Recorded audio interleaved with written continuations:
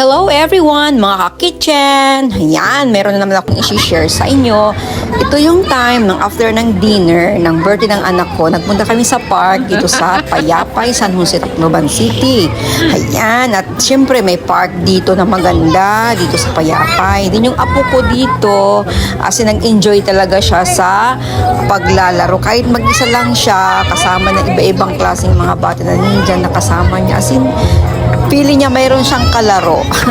Di ba? Nakita niyo naman, nag-i-enjoy siya kahit mag-isa lang siya dyan naglalaro kasama ng mga ibang bata. So napansin ko lang talagang enjoy niya siyang maglaro na mag-isa. Balibagin yung sarili niya. So at young age, gaya niyan, 2 years old pa lang yung apo ko, no? Pero nakikita ko as in hindi niya problema yung socialize din niya kasi alam niya makipaglaro sa iba, no? Kita nyo naman, nagkipag-share siya sa mga laruan dyan. So, habang ang mama at papa niya, naghihintay sa kanyang mag-enjoy. Alam nyo ba guys, mga kitchen, ayaw niya munang umuwi.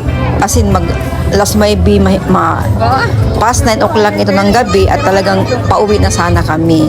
Pero, as in, nang nagpunta kami dito, enjoy na nyo talaga siyang makipag-go. Tingnan nyo, diba? Nagkipag-share siya sa slide. Alam niya rin niya yung maghintay, yung pasensya niya, diba? So, ito itong mga pagkakataon na yung bata, mag-learn talaga sila sa pakikisama, sa pakipag-mingle sa parehas na bata. So, napakahalagang time na bigyan ng oras yung bata na maglaro, diba? Na malibang yung sarili niya. Yan, sige nyo naman, no? As in, enjoy na nyo talaga si Gray. Ako naman, as bilang lola, talagang libang na libang akong tumingin sa kanya at panoorin siya habang siya ay naglalaro mag-isa kasama ng ibang mga bata na nandito. At nung sabi ng papa niya na uwi na tayo, sabi ng daddy niya, ayaw niyang umuwi. As in, ala, sige lang, babalik pa tayo dyan, baby Gray.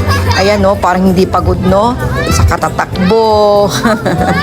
Di ba? Meron isang bata, tignan nyo, yung isang bata, paakyat siya, tapos meron din siyang kasamang bata dyan. So, may learning talaga yung batang ganito, no?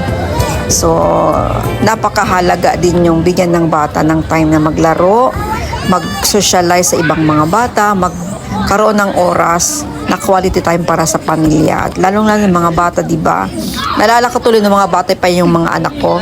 Ganito rin yung ginagawa ko sa kanila. So, while waiting si daddy at mami niya, yan sila. Di ba? So, yan. Sabi ko, gabi na. Kailan na tayong umuwi. Pero ayaw pa niyang umuwi as in. Hindi pagod. Pero alam niyo ba, mga ka-kitchen, pagdating niya sa bahay, as in, pagod siya. As in, sabi niya, tired na siya. Need na mag-sleep. So, ganun din, di ba? Tayo bilang matatanda na din, may mga edad na, may time rin talaga na kailangan natin makipag-mingle, makipag-socialize sa kasing bata natin. Ayan si Lola. Ayan, nagbababay na. So, yan. Sabi dito, the park may close but our memories will last forever. Totoo naman yan, di ba? Thank you for watching, guys. Until next time.